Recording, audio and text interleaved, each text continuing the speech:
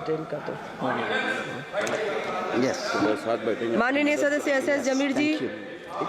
Respected Madam in the chair and the leader of our party, thank you for giving me this to speak in this budget, which is little more than the empty rhetorics. As usual, the government has adhered to its characteristic approach of a crafting headlines, grabbing schemes with arbitrary targets, rather than offering the substantive programmatic solutions. Madam, the government has again failed to address the pressing issues facing the middle class.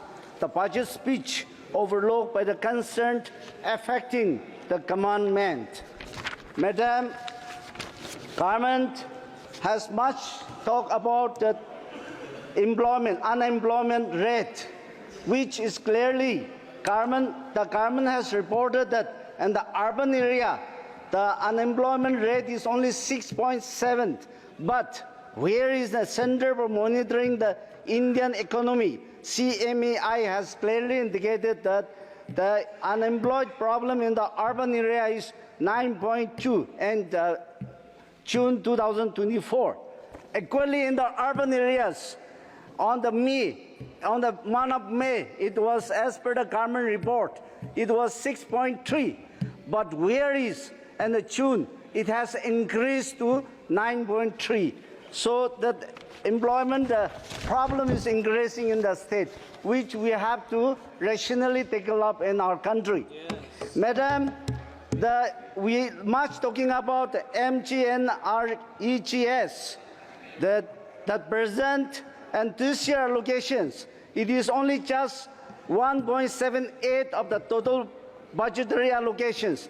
Makes it 10 years low in the scheme funding. Shame. Madam, it is also much talking about the farmers' movements, but even this year, the agriculture and the allied sector has put just 3.5% of the total budget. Madam, government has much talking about the road connectivity. But as one of our honorable member has mentioned, about the government has talking about the Act East policy, but for the Northeast, no road connectivity has been mentioned in this budget. Secondly, in the irrigation and flood mitigations, yes, the flood the mitigation is there, but especially in the Northeast and many of our states, the natural calamities problems are there, but it is never included. And the Northeast, our government always says that Northeast is a rich culture and heritage, and it has a scope of the tourism, but it has never mentioned in our budget.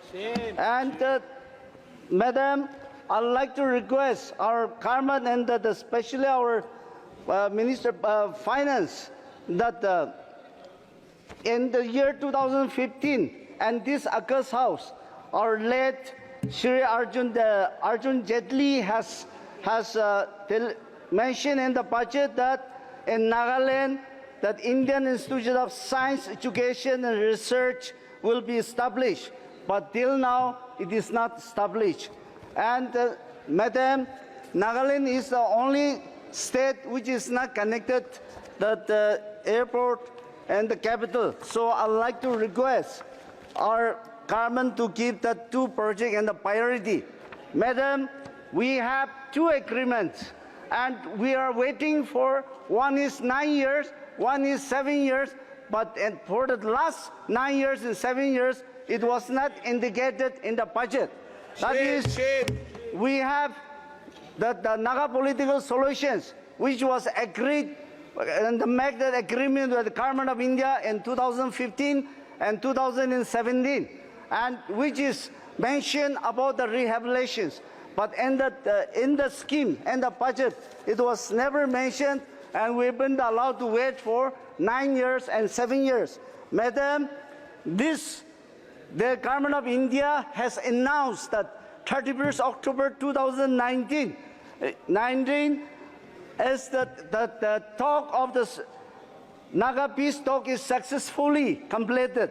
And at the same thing, on the 17th January 2020, and the floor of the House in Nagaland, the governor who was the interlocutor of this settlement has announced in the House that now political solution is solved.